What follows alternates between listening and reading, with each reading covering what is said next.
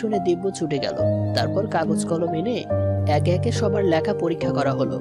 ধ্রুব গম্ভীর মুখে বলল, না, কারো লেখার সাথে ম্যাচ করছে না। আবিবার কাছে যে বাচ্চারা পড়তে আসে ওদের মধ্যে কেউ হতে পারে। ধ্রুব মাথা নেড়ে বলল, হতে পারে। শালুক মনে মনে বলল, বড় গাধা আর ছোট গাধা, দুই গাধা আজীবন তপস্যা করলেও শালুকের মতো ট্যালেন্ট হতে পারবি না। শালুককে ধরা তাদের কাজ নয়। ধ্রুব শালুকের দিকে তাকিয়ে বিড়বিড় করে বলল, মনের বাগানে ফোটা একটা পোকা ফুল, হাসলে তাকে ভীষণ ভালো লাগে। আজাদ সাহেব বাসায় এলেন রাত 11টার দিকে। বাজারে তাদের 3 ভাইয়ের 12টা দোকান আছে, একজনের 4টা করে। এগুলো নিজেদের বাবার থেকে পাওয়া। তবে এর মধ্যে শালুকের বাবা ব্যবসায় লাভবান হয় আরো 3খানা দোকান কিনেছেন। শালুকের ফুপু লিলির নামেও আছে 3টি দোকান। শালুকের দাদা নুরুল ইসলাম যেমন বুদ্ধিমান তেমনি দূরদর্শী মানুষ হওয়ায় ভবিষ্যতের কথা চিন্তা করে প্রচুর পরিমাণ জায়গা জমি কিনে রেখেছেন। বাজারের দোকান ছাড়া তার নিজের নামে এখনো 2খানা ইটের ভাটা, সমিল, জেলা শহরে 4টি গুদাম ঘর, 3টি চালের আড়ত আছে। চরে নিজের প্রচুর জমি আছে যা বর্গা দেওয়া আছে। বছরে বছরে প্রচুর টাকা আসে সেখান থেকে। সব টাকা তিনি ব্যাংকে রেখেছেন। এসব টাকা কখনো সংসারে খরচ করেন না। ছেলেরা সবাই বিয়ে করার পর থেকেই ছেলেদের নামে বাজারের দোকান লিখে দিয়েছেন।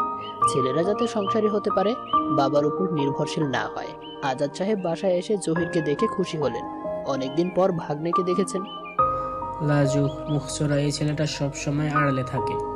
3 ভাই 3 যা 1 ননদ। শ্বশুর শাশুড়িকে নিয়ে একটা মিটিং বসলো। মিটিং এর মূল বিষয়বস্তু হচ্ছে আফিফার বিয়ের কথাবার্তা। চেয়ারম্যান সাহেবের ভাইয়ের ছেলে সজীব। জেলা সদরে তার নিজের দোকান আছে 2টো, একটা কাপড়ের দোকান, অন্যটা কনফেকশনারির দোকান। ছেলের বায়োডাটা বের করে আজাদ সাহেব বললেন, ছেলে একটু খাটো শুধু। আফিফার উচ্চতা 5 ফুট 5, সেখানে ছেলের উচ্চতা 5 ফুট 4। এছাড়া ছেলের আর কোনো দিক দিয়ে কমতি নেই। ছেলের লেখাপড়া আছে তো ভাইজান, ছেলে টাকা পয়সা যাই থাক, লেখাপড়া হচ্ছে গিয়া সবচেয়ে বড় সম্পদ মানুষের। আজাদ সাহেব বললেন, ছেলে বিয়ে পাশ করেছে লিলি, সব কিছুর খবর নিছি আমি 1 সপ্তাহ ধরে। মা নাই সংসারে, বোন 2টা বিয়ে দিছে, ছেলে ভাই একটা, নির্বিচাল সংসার।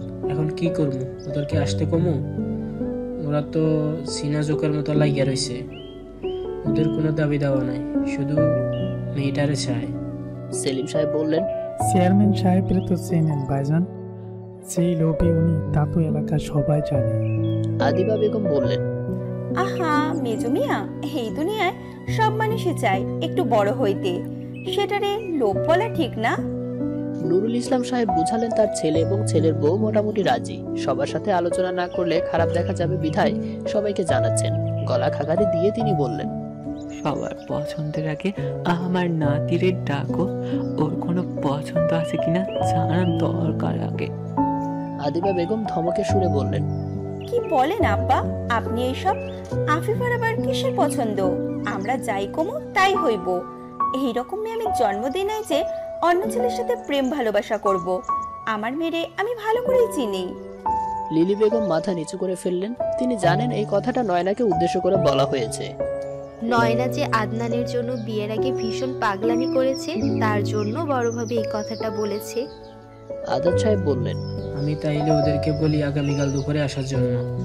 নুরুল ইসলাম সাহেব কিছুক্ষণ ভেবে বললেন, আরো একবার ভেবে দেখে সিদ্ধান্ত নাও, আর একটু খোঁজ নাও। এখনকার যুগ এটা, আর কিছু বলবো না। এরপরেও যদি তোমরা মনে করো তোমাকে কোনো সমস্যা নাই, তাহলে আল্লাহর উপর ভরসা করো, ওদের আসতে বলো। আদিবা বেগমের মুখ হাসি খুশি হয়ে গেল। এই প্রস্তাবটা তার ভীষণ মনে ধরেছে। সেই শুরু থেকে তিনি চেয়েছেন এখানে মেয়ের বিয়ে দিতে। চেয়ারম্যান সাহেবের আত্মীয় হবে, এটা কি চারটিখানি কথা? সবাই ঘুমাতে চলে গেল। বিছানায় শুয়ে লিলি বেগম মেয়ের হাত ধরে বললেন, এরকম কাজ করলি রে মা, এখনো খোটা শুনতে হয়। নয়না জেগেই ছিল, মেয়েকে খাওয়াচ্ছে। মায়ের কথা শুনে মুখটা মলিন হয়ে গেল তার।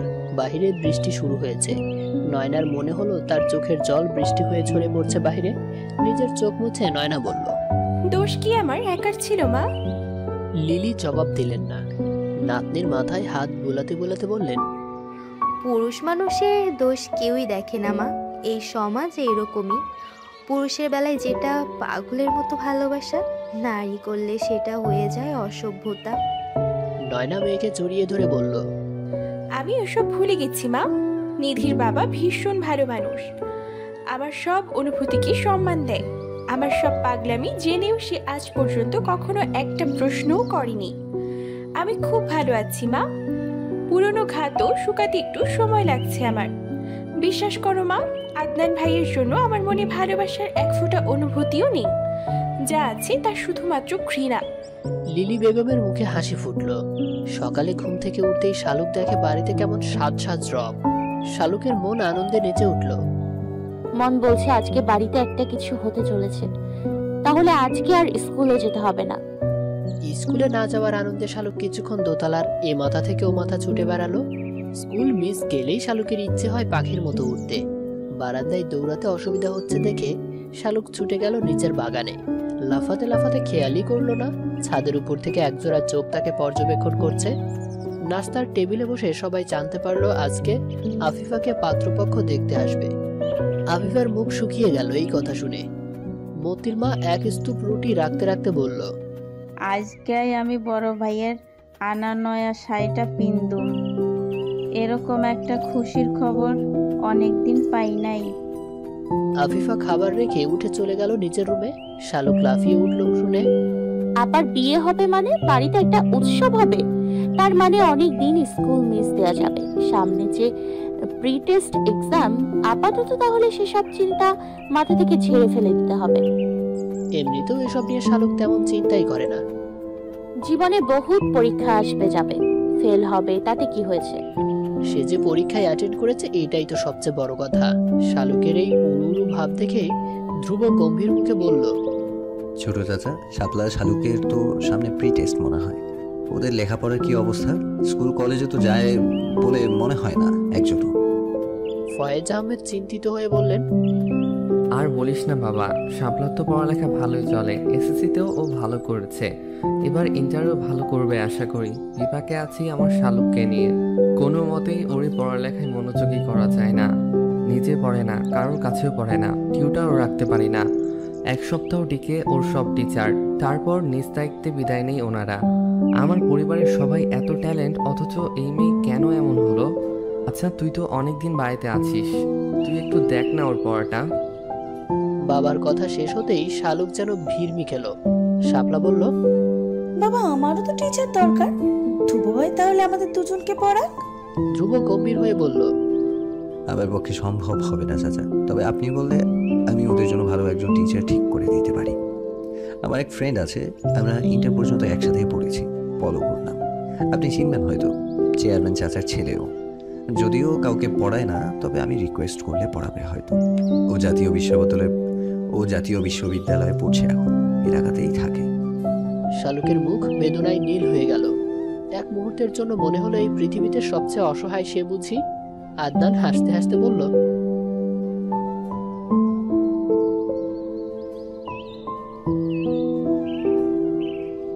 একটা হাসির রোল পড়ে গেল আদনানের কথায়। লজ্জায় অপমানে শালুকের চোখে পানি চলে এলো। কোনো কথা না বলে শালুক টেবিল থেকে উঠে চলে গেল। ধ্রুব মাথা নিচু করে খাচ্ছিল। শালুককে উঠে যেতে দেখে কিছুক্ষণ চুপ করে রইল। শালুককে যতক্ষণ পর্যন্ত দেখা গেল, তারপর আদনানকে উদ্দেশ্য করে বলল, শালুককে নিয়ে এই ধরনের কথা সবসময় বলবেন না ভাইয়া, ও ছোট, একটু বেশি চঞ্চল হয়তো, সবাই তো একরকম হয় না। যখন তখন ওকে এসব বললে ওর মন আরো খারাপ হয়ে যাবে। আমাদের উচিত ওকে উৎসাহ দেয়া, এভাবে লজ্জা দেয়া না। আশা কফিতে চুমুক দিয়ে বলল, ধ্রুব সঠিক কথা বলেছে, এভাবে ওকে নিয়ে মজা করা ঠিক না। আদনানের কিছুটা গায়ে লাগলো। আশা ধ্রুবকে সমর্থন করায়। কিছুটা অপমানিত বোধ করলো আদনান। ধ্রুবকে উদ্দেশ্য করে আদনান বলল, ভূতের মুখে রাম নাম, তুই নিজেই বুঝিস সাধু পুরুষ। তুই নিজেই তো শালুককে এসব বলতি আগে, এখন এত ন্যাকামি করছিস যে হঠাৎ?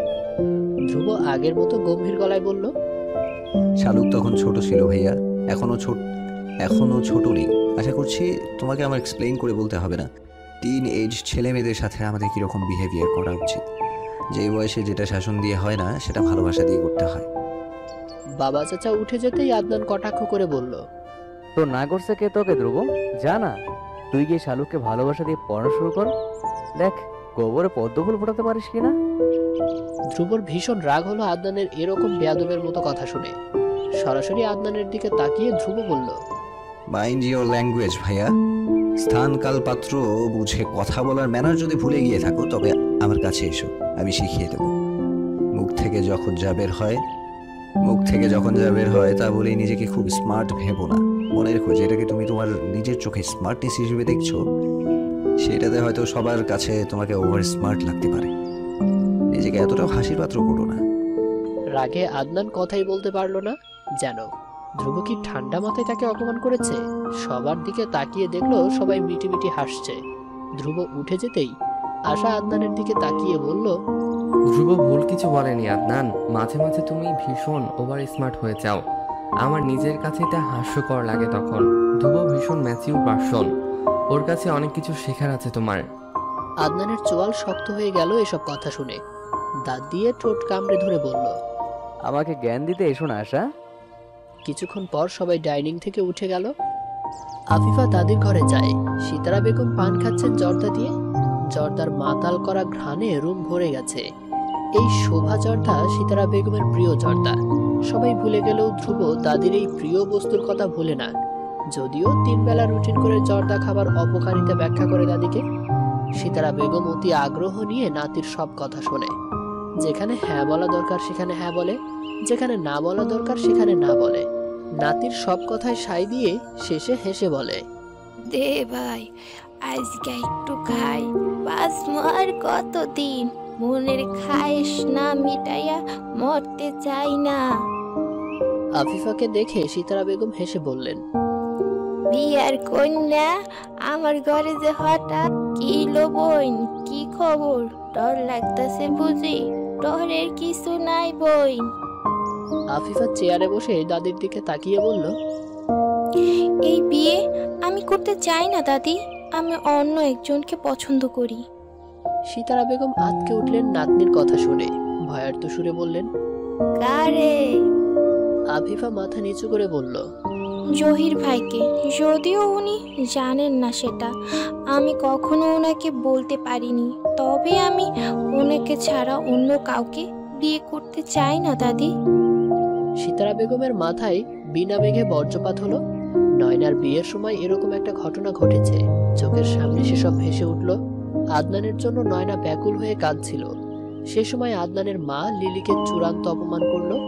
অথচ দোষ শুধু নয়নার ছিল না, সেটা সবাই জানতো। আজ আবার সেই ঘটনার পুনরাবৃত্তি ঘটতে চলেছে। কি করবেন সিতারা বেগম? মতির মা দরজার সামনে দাঁড়িয়ে সবটা শুনল। তারপর মুহূর্তের মধ্যে বাড়ির সবাই জেনে গেল আফিফা জহিরকে পছন্দ করে। সবার হাসি খুশি মুখটি কালো হয়ে গেল। তলে তলে এই মেয়ে এসব ভেবে রেখেছে।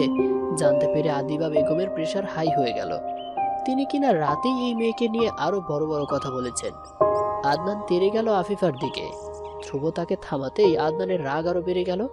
ধ্রুবর কলার চেপে ধরে বলল, আফিফা আমার বোন, তুই মধ্যখানে বাধা দেওয়ার কে ধ্রুব? আদনানের হাত থেকে নিজের শার্টের কলার সরিয়ে ধ্রুব বলল, আফিফা তোমার যেমন বোন তেমন আমারও। ওর ভালো মন্দ তোমাকে যেমন স্পর্শ করে তেমনি আমাদেরও করে। এভাবে রেগে গেলে সব সমাধান হয় না। সবকিছুতে রাগ হয়ে গেলে একসময় দেখবে তোমার পাশে আর কেউ নেই। আজাদ সাহেব জহিরকে ডেকে জিজ্ঞেস করতেই জহির মাথা নিচু করে বলল, আফিফার সাথে আমার এরকম কোনো সম্পর্ক নেই মামা। আমি এসব নিয়ে কখনো কিছু ভাবিনি।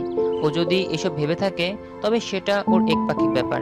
তবে আমি এরকম কোনো কিছু ব্যাপার ঘটুক তা আমি চাই না। দরকার হলে আমি আজকে রাতের ট্রেনে চলে যাব। আপনারা আফিফাকে বোঝানোর চেষ্টা করেন। সব শুনে নয়নার বেশ ভালো লাগলো। বড় মামির পাশে বসে নয়না ফিসফিস করে বলল, মামি, এবার বুঝেছো তো কেমন লাগে? মেয়ের কষ্ট একদিকে দেখবে আর চলবে। আমার মায়ের কষ্ট এবার বুঝবে। আমাকে নিয়ে সব সময় খোঁচা দিয়ে কথা বলো যে আমার মাকে এবার নিশ্চয়ই টের পাচ্ছ মায়েদের কেমন লাগে। আফিফা বসে আছে আজাদ সাহেবের সামনে। আজাদ সাহেবের চেহারা রক্তিম হয়ে আছে। যে কোনো সময় মেয়ের উপর ঝাঁপিয়ে পড়বেন এরকম একটা ভাব তার মধ্যে স্পষ্ট। ধ্রুব বড় চাচার পেছনে দাঁড়িয়ে আছে। একটু দূরেই আদনান বসে রাগে ফুঁসছে। আফিফা বারবার চোখ মুছছে। আজাদ সাহেব ধমকে বললেন, তুই এখন কি চাস আমাকে সেটা বল। আমি তোকে দরকার হলে টুকরো টুকরো করে কেটে নদীতে ভাসিয়ে দেবো, মনে রাখিস। তবু তোর বিয়ে হবে আমার পছন্দ ছেলের সাথে। আফিফা কোনো কথা বলতে পারলো না। শালুক দূরে দাঁড়িয়ে কাঁপছে ভয়ে। সবার থমথমে মুখ দেখে শালুকের আরো ভয় করছে। আফিফা জবাব দিল না। আদনান চিৎকার করে বলল, ধরে কষে একটা থাপ্পড় দেন আব্বা, দেখবেন সব ঠিক হয়ে যাবে। বেয়াদব হইছে। আফিফা চট করে জবাব দিল, তোমার মতন বেয়াদব তো হইনি। বড়লোক মেয়ে বিয়ে করার জন্য তুমি যেভাবে নিজের ভালোবাসার মানুষকে অস্বীকার করেছো তেমন তো করিনি। আদনান চমকে উঠে আশার দিকে তাকালো। ডাইনিং টেবিলে চেয়ারে বসে আশা মিটমিটিয়ে হাসছে। আশা কি কিছু বুঝতে পেরেছে? আদনান সতর্ক হলো, আফিফাকে বিগড়ানো যাবে না। সব ফাঁস করে দিলে সোনার হরিণ হাতছাড়া হয়ে যাবে তার। আজাদ সাহেব আফিফার মুখ উপরের দিকে তুলে ধরে নরম স্বরে বলল,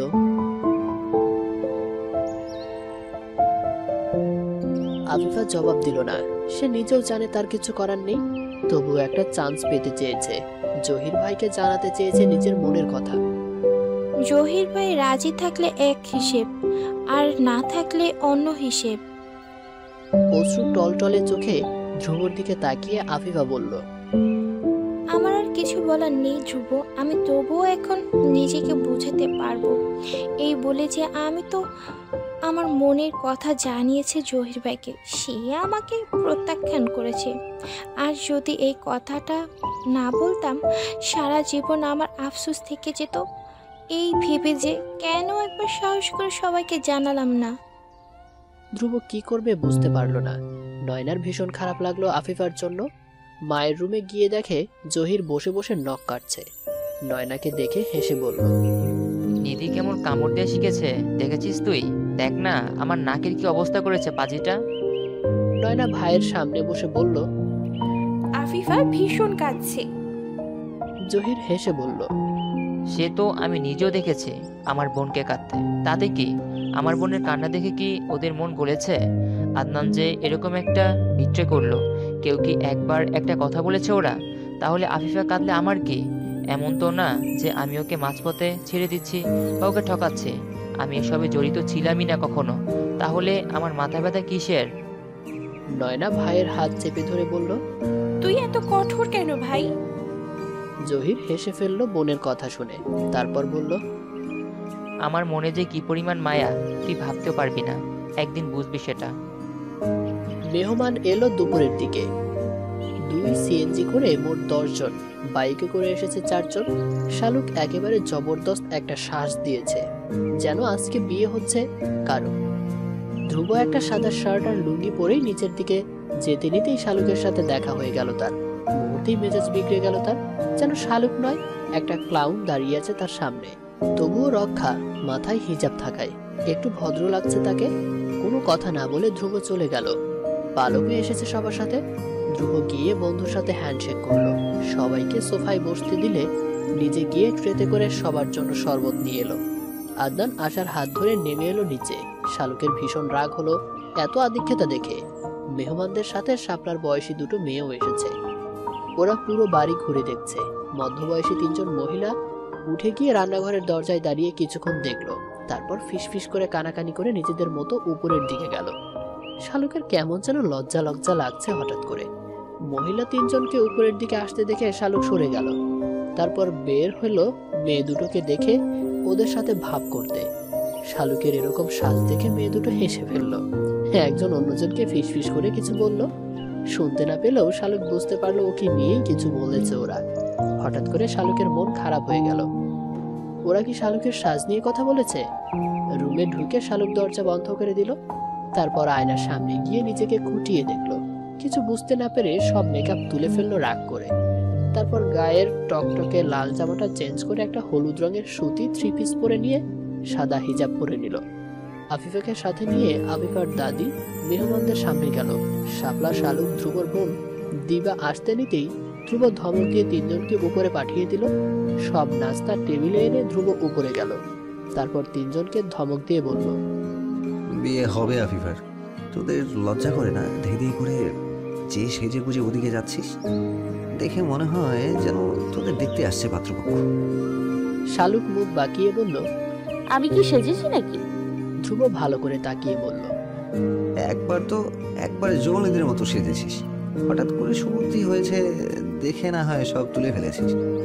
এটা কি হিজাব পরিস তুই? হিজাবে এত দাগ কেন কলমের? এই, তোর কি খাতা নেই?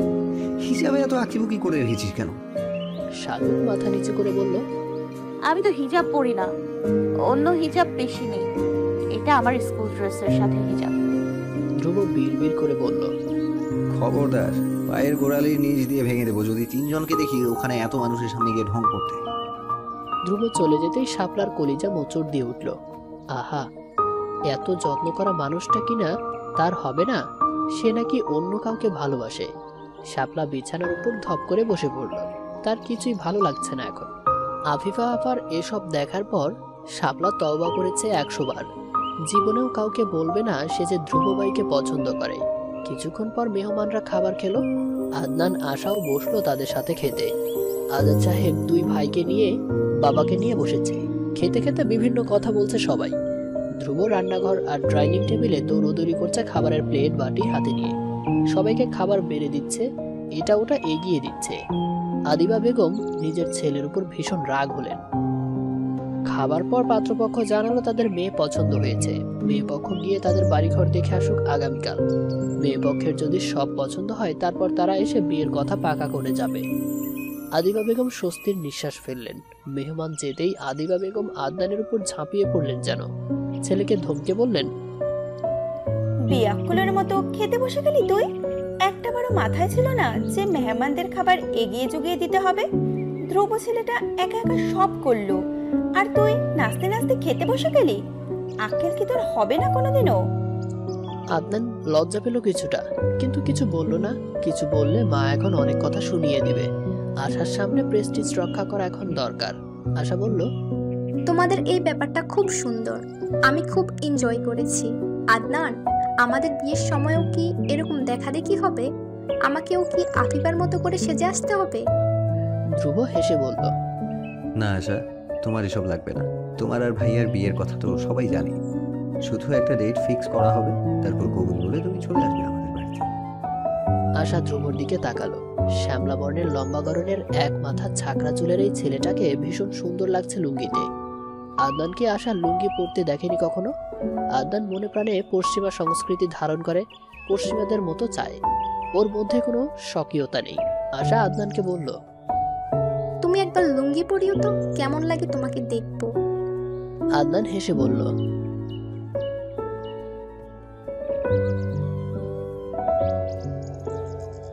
আশা কিছুক্ষণ ধ্রুবর দিকে তাকালো। ধ্রুব নিজের মতো করে কথা বলছে দাদা দাদির সাথে। তারপর বের হয়ে বাজারের দিকে গেল। শালুক সন্ধ্যাবেলায় বই নিয়ে বসলো। ইংরেজি একটা প্যারাগ্রাফ মুখস্থ করতে গিয়ে 1/2 ঘন্টা চেষ্টা চালিয়ে গেল। 1/2 ঘন্টা চেষ্টার পর শালুক 2 পেজ ভর্তি করে ফেললো হাবিজাবি আঁকিবুকি করে। তারপর শালুক অনুধাবন করতে পারলো যে সে আসলে 1 লাইনও মুখস্থ করতে পারেনি। বিরক্ত হয়ে শালুক উঠে গেল বই রেখে। আধা ঘন্টা পরে ও যদি 1 লাইন মুখস্থ করতে না চায় তবে সেই দায়ভার কি শালুকের? কিছুতেই না, বরং যারা এই প্যারাগ্রাফ লিখেছে তাদের। তারা স্টুডেন্টদের উপযোগী করে লিখতে পারেনি বলে নিজেকে বুঝ দিয়ে শালুক আনন্দ চিত্তে শাপলার রুমে গেল। শাপলার রুমে গিয়ে দেখলো আফিফা, শাপলা, আশা, দিবা বসে আছে। আশাকে দেখে শালুক কিছুটা বিরক্ত হলো, কিন্তু তা প্রকাশ করলো না। আফিফার কান্না দেখে শালুকের মন খারাপ হয়ে গেল। সবাই মিলে আফিফাকে সান্ত্বনা দিচ্ছে। ধ্রুব এলো 8টার দিকে। ততক্ষণে আফিফার কান্না থেমেছে। হাতে করে নিয়ে এলো 4টি শপিং ব্যাগ। শালুকের রুমে গিয়ে দেখে রুম খালি।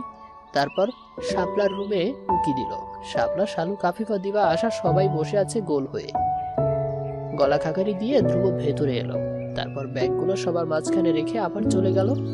দিবা হুমড়ি খেয়ে পড়লো ব্যাগের উপর। ভেতরে 2টো করে শপিং ব্যাগ। ব্যাগের উপর সবার নাম লেখা আছে। শাপলা খুলে দেখলো 6টা হিজাব। শালুক বিরক্ত হলো আশার জন্য হিজাব এনেছে দেখে। শাপলা, শালুক, আশা, আফিফা, দিবা, নয়না সবার জন্য হিজাব এনেছে ধ্রুব। শালুক নিজের হিজাব রুমে রাখতে এসে টেবিলের উপরে একটা নীল কাগজ দেখতে পেল। উৎসাহী হয়ে সেটা খুলতেই দেখলো ভেতরে লেখা, ধ্রুবর ঘরের দেয়ালে আশার টি শার্টে কে সব লিখেছে তা আর কেউ না জানলেও আমি কিন্তু জানি। ধরা পড়ে গেলে শালুক। শালুকের বুক কেঁপে উঠলো এটা পড়ে। কে লিখেছে এটা? না, এই হাতের লেখা তো তার অচেনা। বোকা শালুক বুঝলো না তার মতো অন্য কেউ বাম হাতে লিখতে পারে। তড়িঘড়ি করে কাগজটা ছিঁড়ে ফেললো। ধ্রুব শালুকের রুমে এসে বলল, তোর টিচার ঠিক করে এনেছি, আগামীকাল বিকেল থেকে তোকে পড়াতে আসবে। শালুক মুষ্টিবদ্ধ করে হাত পেছনে নিয়ে বলল, ঠিক আছে। ধ্রুব চেয়ার টেনে বসে বলল, জানিস আজকে কি হয়েছে? আমার কেশবতীর কথা বলেছি না তোকে, ওর জন্য হিজাব কিনতে গিয়েছি মূলত। তারপর মনে হলো বাসায় ওরা আছে, তাই সবার জন্য কিনলাম। শালুক মাথা নেড়ে বলল, বুঝেছি। ধ্রুব কিছুক্ষণ তাকিয়ে থেকে বলল, কি হয়েছে তোর? এরকম স্ট্যাচু হয়ে দাঁড়িয়ে আছিস কেন? হাতে কি পিছনে? শালুক চমকে উঠে সব জানালা দিয়ে ফেলে দিল। টেবিলের উপরে ছোট একটা কাগজের টুকরো পড়ে গেল তড়িঘড়িতে। ধ্রুব খুলে দেখলো লেখা আছে, গেলে শালুক। শালুকের দিকে তাকিয়ে জিজ্ঞেস করলো, কি এটা, লাভ লেটার? শালুক ঘামতে লাগলো। কি জবাব দিবে শালুক? ধ্রুবভাই যদি জানতে পারে তবে কি শালুককে আস্ত রাখবে? মনে মনে ইয়ানাফসি চপতে লাগলো শালুক। ধ্রুব মনে মনে বলল, একটা বোকা ফুলের জন্য কত উতলা হব, তা কে ভেবেছে কবে? নিস্তব্ধ রাত, আফিফা ফুপিয়ে কেঁদে চলেছে। আকাশে মেঘের গর্জন শোনা যাচ্ছে একটু পর পর। আফিফার কলিজা ছিঁড়ে যাবার মতো ব্যথা হচ্ছে। একে তো সে জহিরকে ভীষণ ভালোবাসে, তার উপর আজকে দেখতে আসা পাত্রকে আফিফার একটুও পছন্দ হয়নি। কেমন কেমন যেন লেগেছে লোকটাকে, শিয়ালের মতো ধূর্ত যেন। এত দ্বিধাদ্বন্দ্ব নিয়ে কি একটা নতুন জীবন শুরু করা যায়? আফিফা তো এরকম চায়নি। জহির ভাইয়ের মতো শান্তশিষ্ট নরম মনের একজন মানুষকে চেয়েছে সে। যেই জহির ভাই ছোটবেলায় খেলার সময় মারামারি হলে চুপচাপ এক কোণে দাঁড়িয়ে থাকতো, সবাই যখন খেলতো জহির ভাই তখনও চুপ করে দাঁড়িয়ে থাকতো এক কোণে। ধ্রুব ভাই সবসময় তাকে টেনে খেলতে নিয়ে যেত। সেই মুহূর্তে জহির ভাই লাজুক ভঙ্গিতে হাসতো। খাবার টেবিলে সবার হাজার আবদারের ভিড়ে জহির ভাই থাকতো নীরব। যাই দেওয়া হতো বিনা বাক্য ব্যয়ে খেয়ে উঠে যেত। আফিফার মনে পড়ে, আজ অব্দি কোনোদিন জহির ভাই মুখ ফুটে কিছু খেতে চায়নি, হয়তো লজ্জা পেত ভীষণ। মামাদের বাসায় থাকছে এই চক্ষু লজ্জায় জহির ভাই কখনো কারোর দিকে তাকিয়ে কথা বলে। আদনান ভাই সব সময় ধ্রুব ভাই জহির ভাইয়ের সাথে লেগে যেত ঝগড়া। সবসময় আফিফা দেখেছে ধ্রুব ভাইকে ঢাল হয়ে দাঁড়াতে জহির ভাইয়ের পাশে।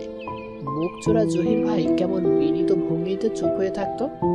আফিফার কিশোরী মন তো জহির ভাইয়ের এই লাজুকলতা, নীরবতা, মুচকি হাসি এইসব দেখেই দ্রবীভূত হয়ে গেছে সেই কবে। ভালোবাসা কি অত হিসেব নিকেশ করে হয় নাকি? আফিফার রুমের দরজায় টোকা পড়লো। চোখ মুছে দরজা খুলতেই দেখে তার মা আদিবা বেগম দাঁড়িয়ে আছে। আফিফা জিজ্ঞেস করার আগেই তিনি বললেন, আজকে তোর সাথে ঘুমাবো। বিয়ে হয়ে গেলে তো মামে আর একসাথে শুয়ে গল্প করার সুযোগ পাবো না, তাই চলে এলাম তোর রুমে। আফিফা হেসে উঠল। আফিফা জানে মায়ের ভয় আফিফা ভুলভাল কোনো কাণ্ড করে বসে কিনা তা নিয়ে। এজন্য পাহারা দিতে এসেছেন তিনি আফিফাকে। আদিবা বেগম মেয়ের হাত ধরতেই আফিফা কেঁদে উঠল। মেয়ের এই বুক ভাঙা কান্না দেখে আদিবা বেগমেরও বুক কেঁপে উঠল। ভুল করছেন না তো তিনি? মেয়েকে একটা সুখী জীবন দিতেই তো এই সম্বন্ধে রাজি হয়েছেন। ছেলের অনেক টাকা পয়সা আছে, সব তো ঠিক আছে, তবে মেয়েরই কান্না কিসের? কি করবেন কিছু বুঝতে পারছেন না। একবার কি জহিরকে বলে দেখবেন? জাহিদ ছেলেটা তো খারাপ নয়, সব দিক দিয়েই ভালো, নিজেদের হাতের ওপর বড় হওয়া ছেলে। পর মুহূর্তে মনে পড়লো নিজের কৃতকর্মের কথা। লিলি কি আফিফাকে ছেলের বউ করতে রাজি হবে? তিনি তো রাজি হননি। আদনান বিদেশে যেতেই তিনিও তো মত বদলে ফেলেছেন। আদিবা বেগমের মাথা কাজ করছে না, মেয়েকে নিয়ে শুয়ে পড়লেন। ঘুমাতে ঘুমাতে টের পেলেন মেয়ে অন্যদিকে ফিরে কান্না করছে। বোবা কান্নার ফলে কেঁপে উঠছে সারা শরীর তার। জহির বসে আছে তার রুমের বারান্দায়। নিচতলায় মায়ের রুমের পরের রুমটাই জহিরের। বাহিরের শুক্লপক্ষের চাঁদ উঠেছে। রূপলী নাজিমুদ্দিন এরকম এক চাঁদনির রাতেই ইহলোকের মায়া ত্যাগ করে চলে গেছেন পরকালে। স্পষ্ট মনে আছে সব জহিরের। জহিরের তখন 12 বছর বয়স, নয়নার 10 আর জাবির 7 বছরের। জহির সেদিনও জানালার পাশে বসে পড়ছিল। বিজ্ঞান বই নিয়ে পড়তে বসেছে জহির। সেই সময় শুনতে পেল বাবা নয়নাকে ব্যাকুল হয়ে ডাকছে। জহিরও ছুটে গেল। 3 দিন ধরেই তার জ্বর ছিল। নয়নার 2 হাত বুকে চেপে রেখেছিল বাবা। জহির আর জাবির যেতেই জহিরকে বললেন, ভাই বোনরে দেখে রেখো বাবা, আবার যদি কিছু হইয়া যায় মনে রাখো তুমি সবার মাথায় ছাতা হইয়া থাকুন লাগবো, কিন্তু তুমি রইতে পড়বা, বৃষ্টিতে ভিজবা, তবে মা আর ভাই বোনরা যেন রোদ বৃষ্টি ছুঁইতে না পারে, তাকে যেন কষ্ট না হয়।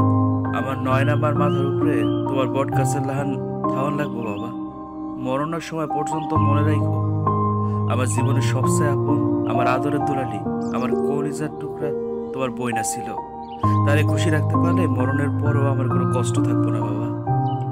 নিজের অজান্তেই জহিরের 2 চোখ ভিজে গেল। কই, সে তো পারলো না বাবার কথা রাখতে। নিজের বোনের আহাজারি জহির নিজ কানে শুনেছে। পাগলের মতো হয়ে যেতে দেখেছে বোনকে। তবুও বড় মামির মনের পাথর গলেনি। অথচ সবাই জানতো আদনান আর নয়নার ভালোবাসার কথা এবং ওদের বিয়ে হবে, এটাও বড়রা সবাই ভেবে রেখেছিল।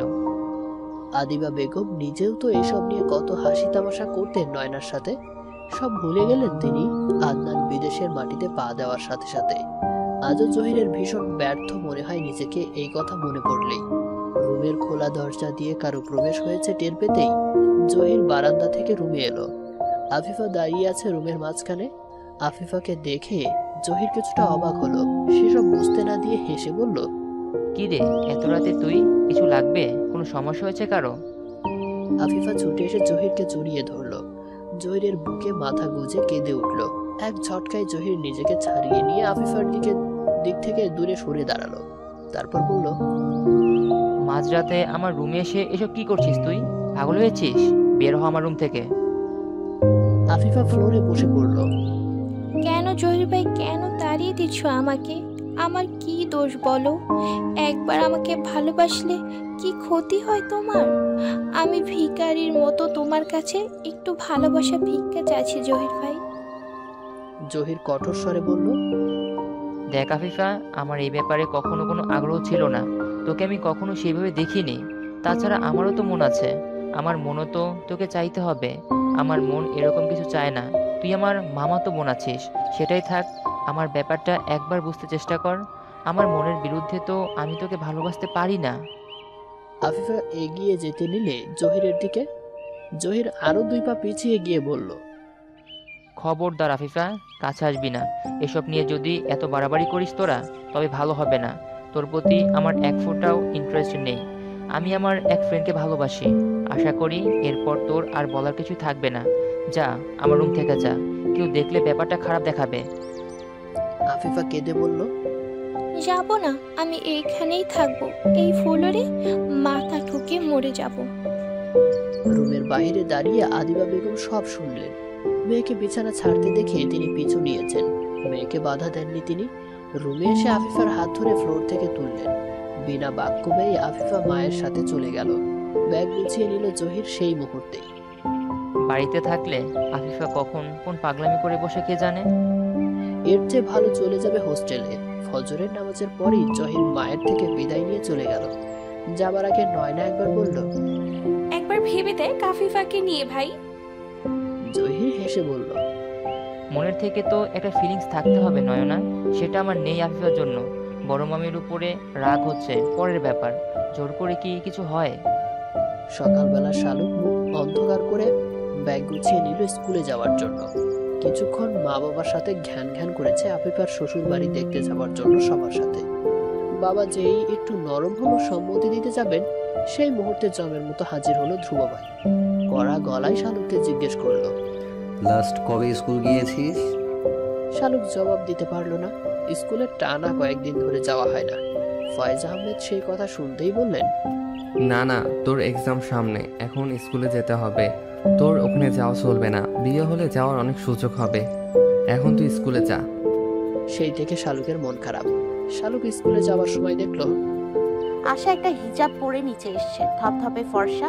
আশার গায়ের রং, বাবা আমেরিকান হয় আশা বাবার গায়ের রং পেয়েছে, তেমনই লাল চুল। দেখলেই বোঝা যায় তাকে খাঁটি বিদেশি। আশাকে দেখে মুখ বাঁকিয়ে শালুক চলে গেল। একটা জাম কালার হিজাবে আশাকে ভীষণ সুন্দর লাগছে। আদনান আশাকে দেখে অবাক হলো। আশার এই লুকটা আদনানের অজানা। আশা হাসতে হাসতে বলল, জানো, ধ্রুব কাল রাতে আমাদের সবার জন্য গিফট এনেছে। আমার তো খুবই ভালো লেগেছে। ফার্স্ট টাইম আমি এই হিজাব ট্রাই করেছি। শাপলা আমাকে পরিয়ে দিয়েছে। সুন্দর লাগছে না? আদনান মুগ্ধ হয়ে তাকিয়ে রইল। তারপর বলল, তোমাকে অনেক বেশি সুন্দর লাগছে আশা। আশা মুস্কি হেসে বলল, তুমি তো কখনো আমাকে কিছুই গিফট দাও না। আমেরিকা থাকতেও দাওনি কখনো, দেশেও দাওনি। অথচ ধ্রুব কি সুন্দর সবার সাথে আমার জন্য মনে করে গিফট এনেছে। থ্যাংক ইউ ধ্রুব। ধ্রুব বসে বসে পাউরুটিতে চেলি মাখিয়ে খাচ্ছিল। আশার দিকে তাকিয়ে মুস্কি হেসে ওয়েলকাম বলে আবারও খাবারে মনোযোগ দিল। আদনানের মুড অফ হয়ে গেল হঠাৎ করেই। আশা কি ধ্রুবর প্রতি ইমপ্রেস হচ্ছে? ধ্রুব কি আশাকে ইমপ্রেস করার একটা সূক্ষ্ম চাল আছে নাকি? সোনার হরিণ হাতছাড়া হয়ে যাবে না তো ধ্রুবর জন্য? তিক্ততায় ভরে গেল আদনানের মন। আশার সামনে বারবার নিজের ইমেজ খারাপ হয়ে যাচ্ছে। কিছু একটা করতেই হবে আদনানকে ভেবে নিয়ে আদনান ঠিক করলো আশাকে একা পেতে হবে। একা টাইম স্পেন্ড করে আশার মন অন্যদিকে ডাইভার্ট করতে হবে। একটা কাপে চা ঢালতে ঢালতে আদনান বলল, দারুণ একটা মুভি দেখবো আশা, তাড়াতাড়ি খেয়ে নাও। দুজন মিলে পুরো মুভিটা এনজয় করব। আশা বলল, না চলো ঘুরে আসি বাইরে থেকে। আদনান বিরক্ত হলো। বাইরে গেলে কি আশাকে একান্তভাবে পাওয়া যাবে? গাধি মেয়ে, ওর প্ল্যান বানচাল করতে যাচ্ছে। আদনান মুখে হাসি ফুটিয়ে বলল, আজকে না আশা, আমার হাঁটুতে একটু ব্যথা করছে, হাঁটতে পারবো না আমি। ধ্রুব বের হয়ে যেতেই আশা জিজ্ঞেস করলো, কোথায় যাচ্ছ ধ্রুব? ধ্রুব জবাব দিল, বাইরে যাচ্ছি, একটু ঘুরে আসি। আশা চা শেষ না করে দাঁড়িয়ে আদনানকে বলল, তুমি তাহলে রেস্ট নাও, মুভি এনজয় করো। তুমি তো হাঁটতে পারবে না, আমি ধ্রুবর সাথে ঘুরে আসি। ধ্রুব বের হয়েছে শালুকের স্কুলে যাবার উদ্দেশ্যে। স্কুলের টিচারদের সাথে দেখা করবে আর সেই সাথে শালুককে একটু কড়াকড়ি দেওয়ার জন্য বলে আসবে। আশাকে ধ্রুব বলল, আমার তো একটু কাজ আছে আশা, আমাদের স্কুলে যেতে হবে। অনেকদিন হলো স্যারদের সাথে দেখা করি। আশা আগ্রহী হয়ে বলল, আমার কোনো সমস্যা নেই, আমি ইন্টারেস্টেড তোমাদের স্কুলটা দেখতে। আদনানের কাছে তোমাদের স্কুলের অনেক গল্প শুনেছি, তোমরা সবাই নাকি অনেক ব্রিলিয়েন্ট ছিলে। আদনান কিছু বলার আগে আশা বের হয়ে গেল ধ্রুবর সাথে। চাইলে আদনানও যেতে পারলো না, গেলে তার মিথ্যে ধরা পড়ে যাবে যে। একটা খয়েরি রঙের টি শার্ট আর ট্রাউজার পরে ধ্রুব হাঁটতে লাগলো। আশা কিছুটা পেছন থেকে ধ্রুবকে লক্ষ্য করছে। ধ্রুবর চলাফেরা, কথাবার্তা সবকিছু তো কেমন একটা পুরুষালী ভাব আছে। সেই তুলনায় আদনানকে আশার ন্যাকা মনে হয়। পুরুষ মানুষ হবে সিংহের নেই, সারাক্ষণ কেন সে বিড়ালের মতো চলবে। আদনানকে ব্যাপারটা বলেও আশা বুঝাতে পারেনি। আশা থমকে দাঁড়ালো হঠাৎ করে। সে কি ধ্রুবর উপর দুর্বল হয়ে যাচ্ছে? এরকম তো কত ছেলেকে আশা দেখেছে। আশার তো এরকম কতগুলো বয়ফ্রেন্ড আছে আমেরিকায়, কই তাদের কারোর প্রতি তো আশা এভাবে ইমপ্রেস হয়নি। তবে ধ্রুবকে নিয়ে আশা ভাবছে কেন? ধ্রুবর সবকিছু আশার এত ভালো লাগছে কেন? শেষ ক্লাসের স্যার এসে শালুককে বলল, ধ্রুব এসেছে আজ স্কুলে। ছেলেটা ভীষণ ট্যালেন্ট। তোমার ফ্যামিলির সবাই তো আমাদের হাতেই মানুষ, সবাই তো মেধাবী। শালুক, তুমি এমন কেন পড়ালেখায়? ধ্রুব, হেড স্যার সহ আমরা যতদিন তোমার ক্লাস নেই সবাইকে বিশেষভাবে বলে গেছে তোমাকে যেন একটু পড়াশোনার জন্য কড়াকড়ি দেওয়া হয়। শালুক দাঁত কিরমিরিয়ে মনে মনে বলল, তোর মাথায় 100 কাক হাগু মুতু করুক তার ছিড়া ধ্রুব, আজকে যদি তোকে একটা কঠিন শাস্তি না দিস তবে দেখিস। বিকেলে শালুকের টিচার এলো শালুককে পড়াতে। শালুকের মনে হলো কেউ যেন ওর কলিজাটা কেটে ফালা ফালা করে দিচ্ছে। শালুকের রুমে গিয়ে ধ্রুব পলককে বসতে বলল। তারপর শালুক ভোতা মুখ করে নিজের চেয়ার টেনে পড়তে বসলো। পলক কুশলাদি জিজ্ঞেস করে বলল, তোমার সিলেবাস দাও আমাকে। সিলেবাসের কতটুকু শেষ করেছ তুমি আগে সেটা দেখাও। শালুক সিলেবাস বের করে দিল। ঝকঝকে তকতকে সিলেবাস দেখে পলক শালুকের দিকে তাকালো। তারপর বলল, সিলেবাস তো একেবারে নতুন দেখছি, মনে হচ্ছে আজকে ছাপা হয়েছে। তুমি কি এর আগে কখনো সিলেবাস ছুঁয়েও দেখোনি? শালুক বিরক্ত হয়ে বলল, এসব ছোঁয়াছুঁয়ির মধ্যে শালুক নেই, বুঝলেন স্যার? সিলেবাস ধরে কি করব আমি আজীবন এদিকে সেদিকে তাকে এক্সাম দিয়ে পাশ করে এসেছি। এসব মেহনত করা আমার পক্ষে সম্ভব না। পলক হতভম্ব হলো শালুকের এরকম জবাব শুনে।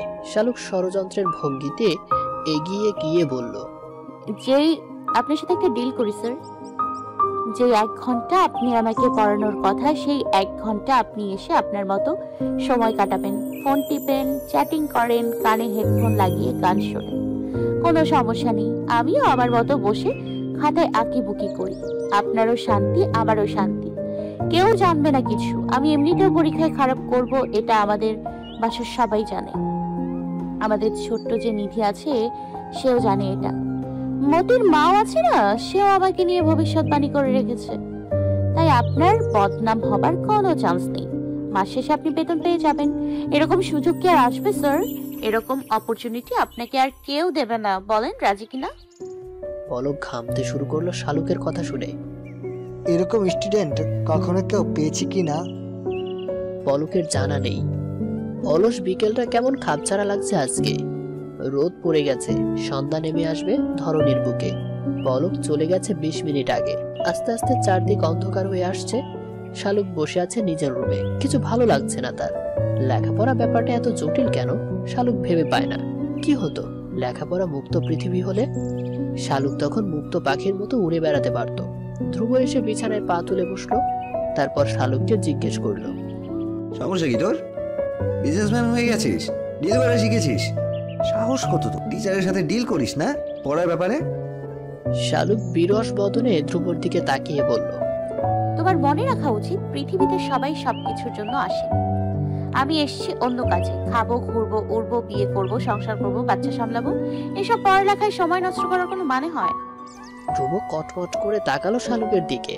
শালুকের ভীষণ ভয় লাগলো, তবুও চেহারায় ডন্ট কেয়ার ভাব ফুটিয়ে বসে রইল। ধ্রুব একটু ভেবে মুচকি এসে বলল, ঠিক বলেছিস, তোর পড়ালেখার পিছনে অযথা এত টাকা নষ্ট করার মানে হয় না।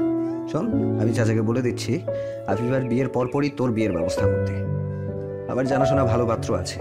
আমার এক বন্ধুর বড় ভাইয়ের শুটকির ব্যবসা আছে। বেশ অবস্থাপন্ন লোক ওরা। শালুক নাক কুচকে বলল, কি বললে তুমি? শুটকি? ধ্রুব সরল মুখ করে বলল, ওয়াক করছিস তুই? তুই জানিস কক্সবাজারে ওনার দুটো শুটকির আড়ত আছে? কত টাকা পয়সাওয়ালা মানুষ ভেবেছিস? ধর কক্সবাজারে থাকতে পারবি তুই, সেই সুবাদে আমরাও যখন তখন ঘুরতে যেতে পারবো। হোটেল ভাড়া লাগবে না আমাদের। আচ্ছা, এক কাজ করি, আমি চাচা চাচির সাথে এই ব্যাপারে কথা বলি। ওদেরও তেমন কোনো ডিমান্ড নেই, শুধু একটা হাবা গোয়া বলদ টাইপের মেয়ে চাই। এই ক্ষেত্রে তোর চাইতে পারফেক্ট আর কেউ পাবে বলে মনে হয় না। শালুকের বুক ফেটে কান্না এলো। শুটকি শালুকের 2 চোখের বিষ। বাসায় শুটকি রান্না হলে শালুক সেদিন নিচতলায় খেতেও যায় না গন্ধের ভয়ে। অথচ সেখানে কি না তার বিয়ের কথা বলেছে এরকম একটা শুটকির ব্যবসায়ীর সাথে। এই লোকের শরীর থেকে সব সময় শুটকির দুর্গন্ধ বের হবে। পারফিউমের বদলে এই লোক শুটকি গায়ে ঘষবে। ভবিষ্যতে শালুকের বাচ্চারা হবে শুটকি প্রেমী। কল্পনায় এটুকু দেখে শালুকের জ্ঞান হারাবার জোগাড়। শালুকের কাদো কাদো চেহারার দিকে তাকিয়ে ধ্রুবর ভীষণ মায়া হলো। ইচ্ছে হলো চিবুকে হাত রেখে একবার বলে, আমি আছি তো বোকা ফুল, তোকে অন্য কোথাও যেতে দিব না। আমার মনের ফুলদানিতে সাজিয়ে রাখবো। ইচ্ছে হলে এইসব কিছু করা যায় না। ধ্রুবও করতে পারলো না, বরং হেরে গলায় চেঁচিয়ে চাচিকে ডাকতে লাগলো। শালুক তড়িঘড়ি করে লাফিয়ে উঠে ধ্রুবর মুখ চেপে ধরলো। বিনীত ভঙ্গিতে বলল, না ধ্রুব ভাই, এই কাজ করো না। আমি ঠিকঠাক পড়বো। কিসের বিয়ে, কিসের সংসার? অনলি লেখাপড়া করবে শালুক। শালুকের জন্ম হয়েছে লেখাপড়া করার জন্য। পড়তে পড়তে শহীদ হয়ে গিয়ে গিনেস বুকের নাম লেখানোর জন্য শালুকের জন্ম। ধ্রুবর ভীষণ হাসি পেল শালুকের কথা শুনে। এই যে শালুক তার মুখে হাত দিয়ে চেপে ধরে আছে, ধ্রুবর ভীষণ ভালো লাগছে। বৃষ্টির অপেক্ষায় থাকা চাতক যেন আনন্দিত হয়ে বৃষ্টির জল দেখছে। ধ্রুবরও তেমন আনন্দ হচ্ছে। তবুও ধ্রুব শালুকের হাত ছড়িয়ে দিল। তারপর বলল, আর কোনোদিন যেন আমি এসব কথা না শুনি পলকের থেকে। ধ্রুব চলে যেতেই শালুক মাথায় হিজাব খুলে ফেলল। উপরের পাটির দাঁত দিয়ে নিচের ঠোঁট কামড়ে ধরে কিছুক্ষণ ভেবে একটা বুদ্ধি বের করলো। ধ্রুবকে টাইট দেওয়ার একটা দুষ্টু বুদ্ধি। সন্ধ্যাবেলায় চা খাওয়ার সময় শালুক কিচেন থেকে এক পিরিচে করে চিনি নিয়ে এলো কিছুটা। তারপর ধ্রুবর বেডরুমে গিয়ে বিছানায় চাদরের চারদিকে ছিটিয়ে দিল। তৃতীয় বিশ্বযুদ্ধে জয়লাভ করার মতো আনন্দ নিয়ে শালুক নিজের ঘরে গিয়ে ফিনান্স বই নিয়ে বসলো। কিছুক্ষণ অর্থের সময় মূল্যের অঙ্ক করতে চেষ্টা করলো, কিন্তু কিছুতেই মাথায় এত সূত্র ঢুকলো না। একবার ভাবলো ধ্রুবকে ডাকবে, পরক্ষণে সেই চিন্তা বাতিল করে দিল। যেই মানুষ তার জন্য শুটকি ব্যবসায়ী পাত্র পছন্দ করতে পারে, সে আর যাই হোক শালুকের শুভাকাঙ্ক্ষী কিছুতেই না। তার সাথে কিসের লেনা দেনা? সবাই মিলে নিচতলায় গোল হয়ে বসে আফিফার বিয়ের সিদ্ধান্ত নেওয়ার জন্য। আফিফার রুমে শাপলা শালুক আসা 3 জনই বসে আছে। গতরাতের ঘটনার পর থেকে আদিবা বেগম আফিফাকে একা রাখতে ভীষণ ভয় পাচ্ছেন। পাছে মেয়ে যদি বাড়ি ছেড়ে পালিয়ে যায় অথবা উল্টাপাল্টা কিছু করে বসে এই ভয়ে। ছেলের বাড়িঘর সবার পছন্দ হয়েছে। সবাই মিলে সিদ্ধান্ত নিল ছেলেপক্ষকে জানাবে তাদের পছন্দের কথা। সবার অনুরোধে শালুকের দাদা নিজে কল দিলেন চেয়ারম্যানকে। সব কথার শেষে সিদ্ধান্ত হলো আগামী শুক্রবার অর্থাৎ তার 2 দিন পরে পাত্রপক্ষ আসবে এঙ্গেজমেন্ট করতে, আর সেদিনই তারা বিয়ের তারিখ ফাইনাল করে যাবে। আদনান কিছুটা স্বস্তি পেল। আফিফাকে বিয়ে না দিয়ে নিজের বিয়ের কথা তুলতে পারছে না সে। এবার নিশ্চিন্ত হতে পারবে আফিফার বিয়ের পর।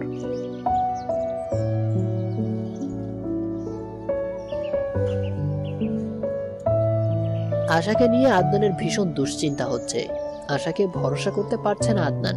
রাতে সবাই যখন খেতে বসলো তখনই বাসার সদর দরজা নক করতে লাগলো কেউ একজন।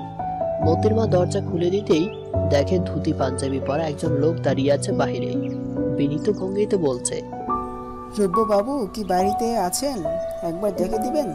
মতির মা মুখ বাঁকিয়ে এসে বলল, ধ্রুব, ভাইজানের কাছে এক লোক আসছে, দেখা করতে চায় ভাইজানের লগে।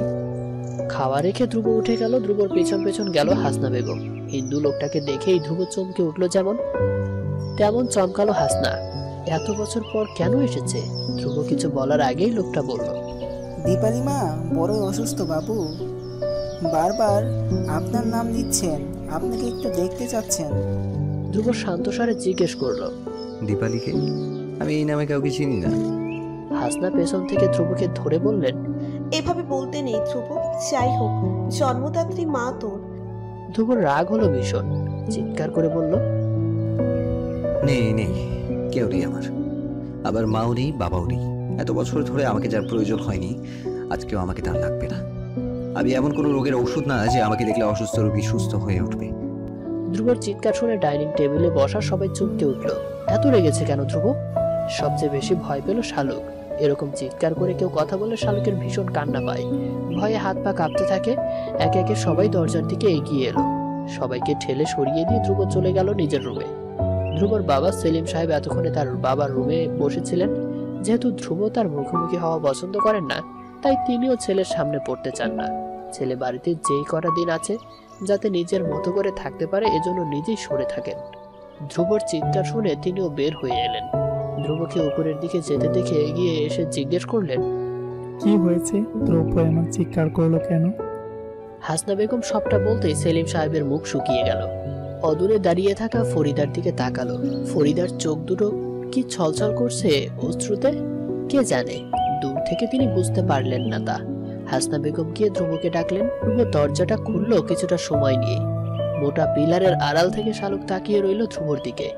ধ্রুব হাসনা বেগমের দিকে কিছুক্ষণ তাকিয়ে রইল। তারপর হুট করে চাচিকে জড়িয়ে ধরে কেঁদে উঠলো ছোট বাচ্চাদের মতো করে। সেদিনই শালুক প্রথম জানতে পারল, ধ্রুব নামক লৌহ পদার্থের একটা মানুষের মতো মন আছে। ধ্রুব খুব দ্রুত নিজেকে সামলে নিল। ভেজা স্বরটাকে লুকাতে পারলো না আর। অন্যদিকে ফিরে জিজ্ঞেস করলো, কিছু বলবে চাচি? আর যাই বলো, আমাকে এই অনুরোধ করো না ওনাকে দেখতে যাই যেন। এই দুনিয়ায় বাবা মা থাকার পরেও তো অনেকে অনাথ হয়, আমিও তাদের দলের একজন। আবার কোনো পিছুটার নেই চাচি। হাসনা বেগম কোমল গলায় বলল, সে যে জন্ম দিয়েছে বাবা, পৃথিবীর মুখ দেখিয়েছে। ধ্রুবর রাগ হলো ভীষণ, চিৎকার করে বলল, কেন জন্ম দিল চাচি? আমি কি নিজে থেকে এই দুনিয়া আসতে চেয়েছি? আমাকে কেন তারা এই দুনিয়ার আলো দেখালো? আর তারপর যখন দুজনের প্রতি আগ্রহ ফুরিয়ে গেল, তখন দুজনেই বিচ্ছেদ হয়ে গেল। কেউ ভাবলো না আমার কথা। হাসনা বেগম কি জবাব দিবেন এই প্রশ্নের? দীপালি এই বাড়ি থেকে চলে গিয়েছে ধ্রুব যখন ক্লাস 5-এ পড়ে তখন। ধ্রুব এখন অনার্স ফাইনাল ইয়ারে পড়ছে। কিছুদিন পর অনার্স কমপ্লিট হবে তার। এত বছর পর আজকে দীপালির মনে হলো ছেলের কথা। ধ্রুব নিজেকে সামলে নিতে বেশি একটা সময় নিল না। মুচকি হেসে চাচিকে বলল, আমি শুয়ে পড়েছি চাচি, যাও তুমি।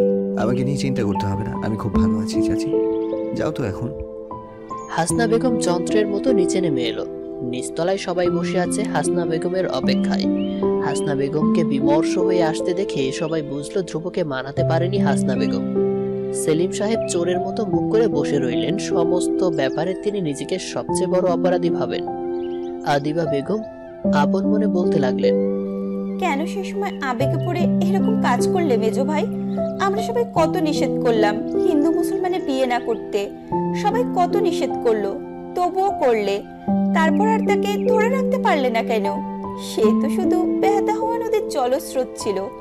তোমার তো তার সাথে মেলামেশা করার সময় বোঝা উচিত ছিল সে কেমন মানুষ। তার পক্ষে কি হাতে পায়ে শিকল পরে সংসারী হওয়া সাজে? সেলিম সাহেব ভীষণ রেগে গেলেন। আজ আর নিজেকে সামলে রাখতে পারলেন না, চিৎকার করে বললেন, দোষ কি আমার ছিল ভাবি?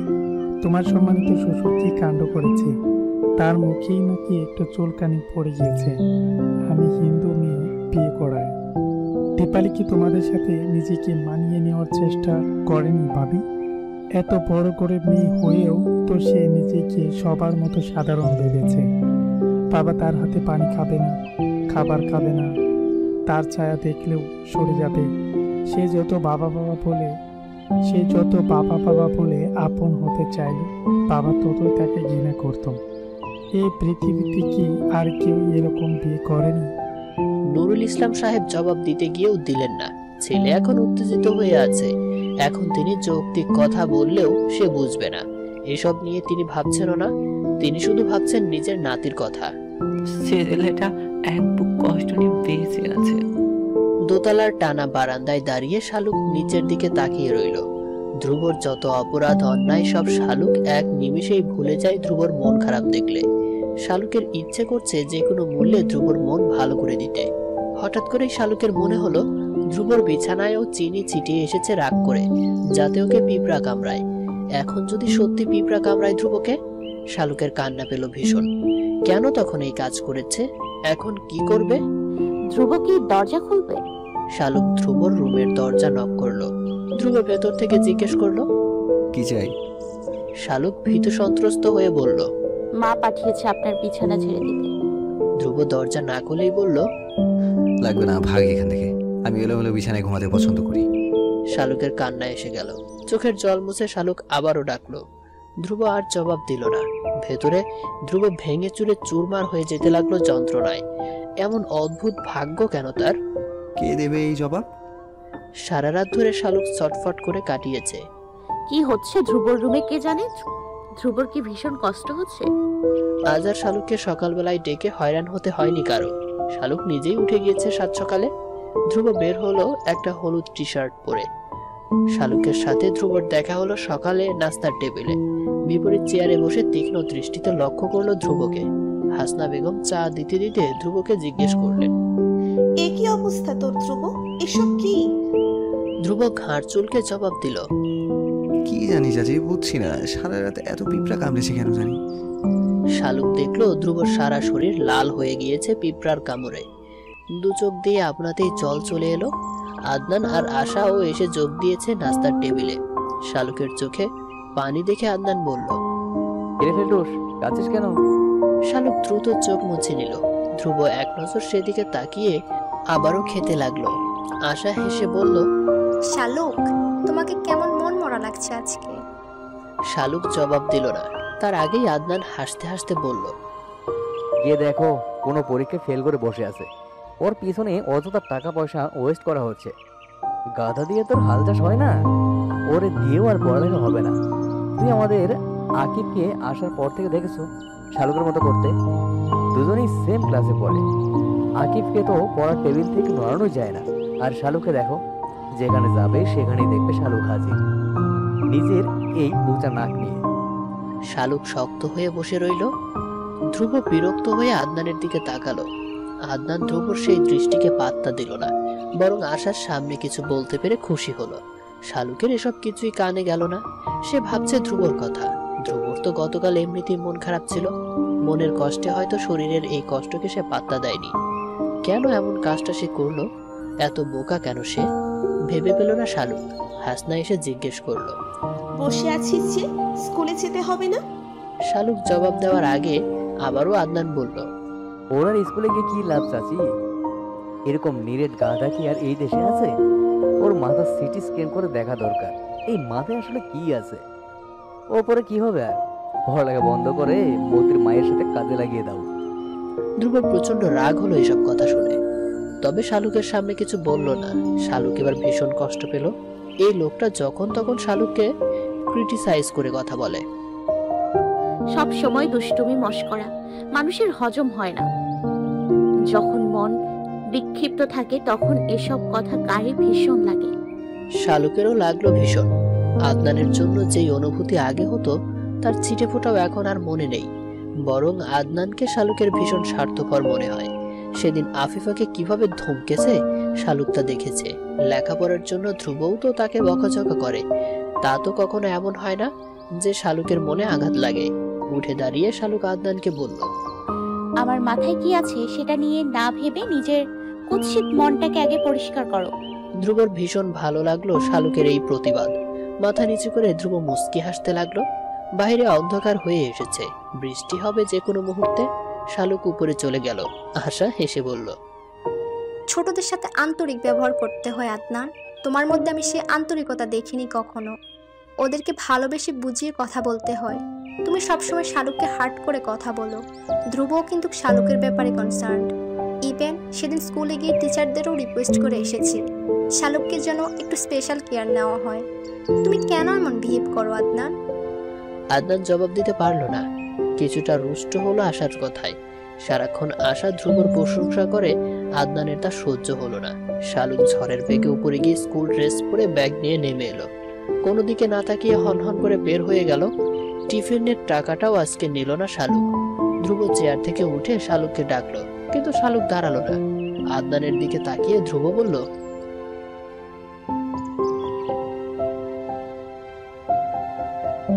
ধ্রুব দ্রুত উপরে গেল।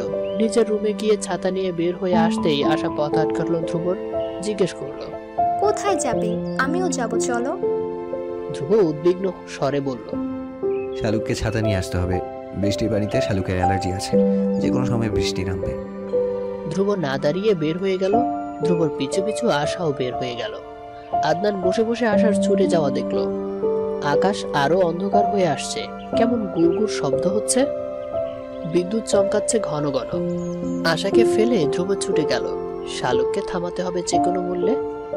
মেঘের ডাককে শালুক প্রচন্ড ভয় পায় সেই ছোটবেলা থেকে। একা থাকলে শালুক মারাত্মক ভয় পেতে পারে ভেবে ধ্রুব দৌড়াতে লাগলো। রাগের মাথায় হয়তো শালুক বৃষ্টিতে ভিজবে। শালুক রেগে গিয়ে দ্রুত হাঁটছে। ধ্রুব দৌড়ে এসে শালুকের মাথায় ছাতা ধরতেই ঝমঝমিয়ে বৃষ্টি নামলো। আল্লাহকে কৃতজ্ঞতা জানালো ধ্রুব বৃষ্টি এই মুহূর্তে দেয়। আর এক মুহূর্ত আগে হলেও শালুক ভিজে যেত। বৃষ্টি বেশ জড়সড় হচ্ছে দেখে ধ্রুব শালুকের হাত ধরে একটা বন্ধ দোকানের সামনে নিয়ে দাঁড়ালো। অতিরিক্ত নিরাপত্তার জন্য ছাতা খুলে শালুকের সামনে দিয়ে রাখলো, যাতে সামনের দিক থেকে বৃষ্টির ছিটে ফোঁটা না আসে শালুকের গায়ে। ভিজতে ভিজতে আশা এগিয়ে এলো। আশার ভীষণ ভালো লাগছে ভিজতে। ধ্রুবকে ডেকে আশা বলল, ভিজবে ধ্রুব, আসো। ধ্রুব হেসে বলল, এখন না আশা, শালুক ভয় পেতে পারে। হঠাৎ করে বিকট শব্দে মেঘ ডাকলো। শালুক ভয়ে কুকড়ে গেল। ধ্রুব শালুকের হাত শক্ত করে চেপে ধরে বলল, শালুক শোন, কি হয়েছে একবার আমাদের ভার্সিটির একটা গল্প বলি তোকে। শালুকের হঠাৎ করেই হাসি পেল। মাথা মোটা শালুক কিছু না বুঝলেও এটুকু বুঝে গেল ধ্রুব ভাই আসলে গল্পটা বলতে চাইছে। শালুক যেন মেঘের গর্জনের ব্যাপারটা ভুলে যায়। যার সাথে কথা বলতে গেলেও বিরক্ত হয়ে যায়, সে কিনা এখন নিজে থেকেই শালুকের সাথে কথা বলছে অনবরত। শালুক ভয় পাচ্ছে দেখে দুই হাত শক্ত করে ধরে রেখেছে। একটা মানুষ তার ব্যাপারে এত কিছু ভাবে, অথচ সে কিনা তাকে এভাবে কষ্ট দিল। কিভাবে পারলো শালুক এরকম করতে? ধ্রুব বলল, আচ্ছা তোকে একটা কৌতুক বলি শোন। রেলওয়েতে ইন্টারভিউ হচ্ছে। একটা চটপটে ছেলেকে সবাই একটু বাজিয়ে নিতে চাইলে। ধরো একটা দ্রুতগামী ট্রেন আসছে, হঠাৎ দেখলে লাইন ভাঙা। কি করবে তুমি? ট্রেন থামাতে লাল নিশান ওড়াবো। যদি রাত হয় লাল আলো দেখাবো। লাল আলো যদি না থাকে তাহলে আমার বোনকে ডাকবো। বোনকে কেন? ওর অনেক শখ একটা ট্রেন অ্যাক্সিডেন্ট দেখবে। আশা হেসে উঠল শব্দ করে। শালুক মুচকি হাসলো। ধ্রুব কিছুক্ষণ পর শালুককে বলল, শালুক, লেখাপড়ার ব্যাপারটা এমন কঠিন কিছু না। মানুষ চাইলেও পারে, কিন্তু মানুষের চেষ্টার কাছে অসাধ্য বলে কিচ্ছু নেই। মানুষকে এজন্যই তো আশরাফুল মাখলুকাত বলা হয়, সৃষ্টি সেরা জীব। তবে তুই কেন এত অবহেলা করছিস বল? লেখাপড়া শুধু নিজের জন্য হয়, সব কিছু সবাইকে দেয়া যায়। মানুষ ছিনিয়ে নিতে পারে, পারে না শুধু কারো জ্ঞানকে ছিনিয়ে নিতে। তুই তো এমন ছিলি না শালু। ছোটবেলায় আমার হাত ধরেই তোর পড়ালেখায় হাতে খড়ি হয়েছিল। তবে কেন দিনে দিনে পড়ালেখার ব্যাপারে এত উদাসীন হয়ে যাচ্ছিস তুই? তোর না স্বপ্ন ছিল শালুক টিচার হবি? সেই স্বপ্ন নিয়ে একবার ভেবে দেখ। নিজেকে নিজে জিজ্ঞেস কর কেন এমন করছিস। এখনো সময় আছে শালুক, বাকি জীবন পড়ে আছে সামনে। শালুক কিছু বলল না। আসলে ও শালুক জানে না ঠিক কিভাবে সে লেখাপড়ায় এত পিছিয়ে পড়েছে, কেন এত অবহেলা পড়ালেখার ব্যাপারে তার। হুট করে শালুক সিদ্ধান্ত নিলে তাকে পড়তে হবে, বেশ ভালো করে পড়তে হবে, যাতে কেউ তাকে লজ্জা দিয়ে কথা বলতে না পারে। মুহূর্তেই শালুকের মন ভালো হয়ে গেল, সবকিছু ভালো লাগতে শুরু করলো। এই যে একটু দূরে আশা দাঁড়িয়ে আছে, আশাকেও এখন শালুকের ভীষণ ভালো লাগছে। ধ্রুব ভাইকে ভীষণ ভীষণ ভালো লাগছে। এই যে এখন ঝিরিঝিরি বৃষ্টি হচ্ছে, তাও ভালো লাগছে শালুকের। বৃষ্টি একটু কমতেই শালুক ছাতা নিয়ে স্কুলের দিকে গেল। ধ্রুব আর আশা বাড়ির দিকে পা বাড়ালো। কিছু দূর যাওয়ার পর আশা বলল, ধ্রুব, শালুককে ভীষণ ভালোবাসো তুমি না? ধ্রুব চমকালো ভীষণ। শালুক তার মনের মনে কোঠায় লুকিয়ে রাখা ভালোবাসার একমাত্র বোকা ফুলের নাম, যার কথা আজ পর্যন্ত কেউ জানে না, কেউ বোঝেনি, যাকে সন্তর্পণে ধ্রুব লুকিয়ে রেখেছে নিজের মনে। আশার প্রশ্নের জবাবে হেসে ফেলল ধ্রুব, তারপর বলল, না তো, তেমন কোনো ব্যাপার না। আশা হাসলো, তারপর বলল, আমি সাইকোলজি নিয়ে পড়েছি ধ্রুব। মানুষের মন খুব ভালো করে না পড়তে পারলেও তোমার মনটা কিছুটা পড়তে পেরেছি। আমার মনে হচ্ছে আমি ভুল না। তুমি অস্বীকার করতে চাইলে করতে পারো, তবে আমি 99% শিওর তোমার মনে শালুকের জন্য একটা সফট কর্নার আছে। তুমি শালুককে প্রচন্ড রকম ভালোবাসো, যেমন তেমন নিজের ভালোবাসাকে ভীষণ সতর্কতার সাথে চেপে রেখেছো নিজের মধ্যে। তোমাকে আমার ভীষণ ভালো লেগেছে ধ্রুব, তুমি আমার ফ্রেন্ড হবে? ধ্রুব হাসলো। হঠাৎ করে ভীষণ গম্ভীর স্বভাবের ধ্রুবর মনে হলো, কারোর সাথে নিজের মনের কথাটা শেয়ার করে হালকা হওয়া দরকার। আশা অবশ্যই ভালো মেয়ে, তার সাথে শেয়ার করাই যায়, বিশেষ করে আশা যখন বুঝে গেছে ব্যাপারটা। ঝিরিঝিরি বৃষ্টির জল হাতের মুঠোয় নিয়ে ধ্রুব বলল, শালুককে আমি ভীষণ ভালোবাসি, ভীষণ মানে ভীষণ রকম। ঠিক যেমন করে ঝিনুক ভালোবাসে নিজের বুকের মধ্যে মুক্তগুলোকে, তেমনি আমিও মনের গোপনে শালুককে লুকিয়ে রেখেছি ভালোবেসে। আশা মুস্কি হেসে বলল, শালুক ভীষণ লাকি গার্ড। তাকে এরকম করে কেউ ভালোবাসে, অথচ সে বুঝতেও পারছে না সেটা। ধ্রুব বলল, তুমিও তো কম লাকি নও আশা। আদনান ভাইয়ের মতো একজন মানুষ পেয়েছো। আদনান ভাইও তোমাকে অনেক ভালোবাসে। শুনে আশা হাসলো ভীষণ, তারপর বলল, তোমার চোখে শালুকের জন্য যেমন ভালোবাসা প্রকাশ পায়, আদনানের চোখে আমি এখনো সেটা দেখিনি। যেদিন দেখবো সেদিন আমি নিজেই বলবো আমিও লাকি। আদনান অস্থির হয়ে অপেক্ষা করছে আশা আর ধ্রুবর ফিরে আসার। দুজন ভিজে বাড়ি ফিরলো অনেকক্ষণ পরে। আদনান দরজায় দাঁড়িয়ে দেখলো দুজন হেসে হেসে কথা বলছে। বৃষ্টিতে ভেজার কারণে আশার গায়ের সাথে ওর ফতোয়া লেপটে আছে। আশাকে ভীষণ কামড়িয়ে রাখছে। আদনানের ভীষণ রাগ হলো। ধ্রুব কি আশার প্রেমে পড়ে গেছে? আশা যে ধ্রুবর প্রেমে পড়েছে তা আদনান বুঝে গেছে। যে করে হোক ধ্রুবকে পথ থেকে সরাতে হবে। আশা এসে আদনানকে হালকা একটা হাঁক দিয়ে বলল, দারুণ মজা লেগেছে আজকে, জানো এরকম বৃষ্টি তো আগে দেখিনি। ভীষণ এনজয় করেছি। আদনানের ইচ্ছে করলে একবার বলতে, পুরুষ মানুষের সাথে রং ঢং করেছিস বৃষ্টির মধ্যে, এনজয় তো করবি। কিন্তু বললো না। আশাকে এসব কিছু বলে হাতছাড়া করতে চায় না আদনান। আদনানের সময়টা ভালো যাচ্ছে না। আদনান নিজেও বুঝতে পারছে না সে এত অস্থির হয়ে আছে কেন। কেন এমন কুডাক ডাকছে তার মন। না পারছে আশাকে কিছু বলতে, আর না পারছে ধ্রুবকে কিছু বলতে। ধ্রুবকে আদনান চেনে। ধ্রুব এরকম ছেলে না, কিন্তু আশার কাছে তো এইসব ছেলে খেলা। আদনান জানে আশার কাছে রিলেশনশিপটা ভীষণ ইজি, তবুও আদনান মিষ্টি কথা দিয়ে আশাকে ভুলিয়ে রাখার চেষ্টা করেছে এতদিন। আজ এই ছেলের সাথে কাল ওই ছেলের সাথে ডেটে যাওয়া সব হাসি মুখে সহ্য করেছে। শুধু একবার বিয়েটা হোক, সব হাতে আসুক, তারপর 2 লাথি মেরে সে এই মেয়েকে বিদায় করবে। এরকম ক্যারেক্টারলেস মেয়েকে বউ হিসেবে মানায় না। অপশন হাতে রেখেই আদনান প্ল্যান করেছে শালুক হচ্ছে তার সেকেন্ড অপশন। এজন্যই তো আমেরিকায় থাকাকালীন শালুকের সাথে মিষ্টি কথা বলে ওকে পটিয়ে রাখার টেকনিক অ্যাপ্লাই করেছে। গোসল করে এসে আশা ধ্রুবর খোঁজে নিচতলায় স্টাডি রুমে গেল। ধ্রুব মুক্তিযুদ্ধ বিষয়ক একটা বই পড়ছে। আশা ধ্রুবর সামনের চেয়ারে বসে বলল, এটা কিসের বই ধ্রুব? ধ্রুব বইয়ের দিকে তাকিয়ে বলল, মুক্তিযুদ্ধ নিয়ে লেখা। আশা আগ্রহী হয়ে বলল, আমাকে গল্প বলো ধ্রুব, তোমাদের ফ্রিডম ফাইটারদের স্টোরি শুনতে চাই আমি। ধ্রুব বলল, ভাইয়ার কাছে যাও, ভাইয়া বলবে সকাল থেকে আমার সাথে কথা বলেছো, ভাইয়া মন খারাপ হবে। আশা হেসে বলল, ধ্রুব, আদনান স্টোরি বলতে পারে না। ওর সব স্টোরি এক পর্যায়ে সেক্সুয়াল স্টোরিতে কনভার্ট হয়ে যায়। সব সময় তো আর এসব শুনতে ভালো লাগে না। ধ্রুবর কান লাল হয়ে গেল আশার কথা শুনে। এই বিষয়ে আর কথা বাড়ালো না ধ্রুব। কথা বলতে গেলে আশা হয়তো ফ্রি মাইন্ডে আরো অনেক কিছু শেয়ার করে ফেলবে। আশার দোষ দেয় না ধ্রুব। তার ন্যাশনালিটি, তার দেশের কালচার যেমন সে তেমনই হবে। তবে অবাক লাগে তার আদনানের ব্যবহার। আদনান কেমন যেন রূপ বদলে ফেলার চেষ্টা করেছে বলে ধ্রুবর মনে হয়। বাড়ির পিছনের পুকুরের আগে সবাই মিলে লাফঝাপ দিয়ে গোসল করত। বিশাল পুকুরে এ মাথা থেকে ও মাথা সাঁতরে যাওয়ার প্রতিযোগিতা করত। সকালে ভিজে বাড়িতে আসার পর ধ্রুব আদনানকে বলেছিল পুকুরে গোসল করতে যাবার কথা। শুনে আদনান হেসে বলল, পাগল নাকি তুই? পুকুরের পানিতে যেই পরিমাণ জার্মস আছে, ও মাই গড। ধ্রুব মুচকে এসে চলে গেল গোসল করতে পুকুরে। কাক ময়ূরের পুচ্ছ লাগালে কি ময়ূর হতে পারে? ধ্রুব নিচের দিকে তাকিয়ে গল্প করতে লাগলো। আশাকে খুঁজতে খুঁজতে আদনান ও ধ্রুবর স্টাডি রুমে এসে হাজির হলো। আশার দিকে তাকিয়ে আদনান অবাক হলো। চিকন ফিতার একটা টপস আর স্কার্ট পরে আশা বসে আছে ধ্রুবর সামনে। দেহের অবয়ব স্পষ্ট হয়ে আছে ওর। আদনান হাসি মুখে এসে আশার পাশে বসলো। কিছুক্ষণ চুপ করে থেকে গল্প শুনে তারপর বলল, দূর, এসব কি বলছিস? এসব কি এখন বলার সময় নাকি? শোন, আমি গল্প বলি। আমেরিকা যাওয়ার পরে গল্প শোন। ধ্রুব হেসে বলল, গল্প শোনার আগ্রহ নেই ভাই আমার, তুমি বরং তোমার প্রাণ পাখিটাকে নিয়ে গিয়ে গল্প করো, আমি একটু পড়ি। আদনান খুশি হলো ভীষণ। আশার হাত ধরে বলল, চলো আশা, তোমার সাথে আজ সারাদিনে গল্প করা হয়নি। আশা বিরক্ত হয়ে বলল, তোমার আর গল্প? তোমার গল্প শুরু হবে রুমের দরজা বন্ধ করে। রোম্যান্সে চলে যাবে, ছাপিয়ে পড়বে তুমি আমার উপর।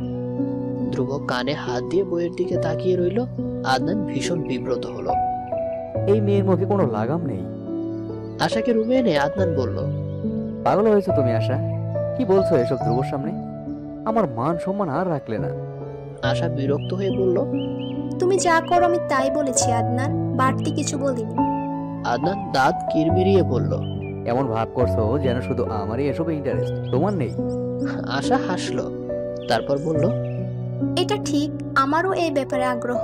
তবে কি জানো আদনান, বাংলাদেশে আসার পর তোমাদের কালচার সম্পর্কে একটু আধটু জানার পর আমি নিজেকে সামলে নিয়েছি। এটা তো তোমার দেশ, তোমার দেশের কালচার তুমি ভালো জানো আমার চাইতে। তোমার উচিত ছিল আমাকে বোঝানো, তুমি তা কি করে?